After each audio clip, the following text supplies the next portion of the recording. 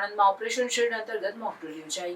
ભારત સરકારના ગૃહ મંત્રાલયની સૂચના અનુસાર આણંદ એલિકોન કંપની ખાતે વિવિધ ડિઝાસ્ટર આધારિત મોકડ્રીલ ઓપરેશન શીલ્ડ નામની દ્વિતીય સિવિલ ડિફેન્સ એક્સરસાઇઝ યોજાઈ હતી. એલિકોન કંપનીમાં એક ભાગમાં મિસાઇલ પડતા નાસભાગ મચી હોવાના દ્રશ્યો સર્જવામાં આવ્યા હતા. તેમજ 26 ઇજાગ્રસ્તને એમ્બ્યુલન્સ મારફતે માત્ર 7 મિનિટમાં સિવિલ હોસ્પિટલમાં પહોંચાડવામાં આવ્યા. આ એક્સરસાઇઝના ઇન્સિડન્ટ કમાન્ડર તરીકે આણંદના પ્રાંત અધિકારી મયુર પરમારે તમામ જવાબદારી અદા કરી.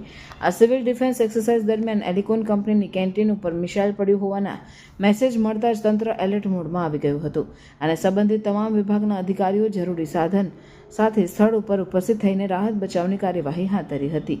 આ કાર્યવાહીમાં આણંદ શહેર અને તાલુકાના સિવિલ ડિફેન્સ વોલેન્ટિયર તરીકે નોંધાયેલ સ્વયંસેવકો પણ મોટી સંખ્યામાં ઉપસ્થિત રહી તેમને સોંપવામાં આવેલ કાર્યને સારી રીતે નિભાવીને 26 જેટલા ઇજાગ્રસ્તોને દુર્ઘટના સ્થળેથી બહાર લાવી તેમને એમ્બ્યુલન્સ મારફત હોસ્પિટલ પહોંચાડ્યા હતા. આણંદ સિવિલ હોસ્પિટલ ખાતે ઘવાયેલ દર્દીઓને એમ્બ્યુલન્સ પહોંચતા તાત્કાલિક દર્દીઓની સારવાર શરૂ કરવામાં આવી હતી અને હોસ્પિટલના ડોક્ટર અને સ્ટાફ દ્વારા તમામ દર્દીઓને તાત્કાલિક પ્રાથમિક સારવાર આપવામાં આવી હતી.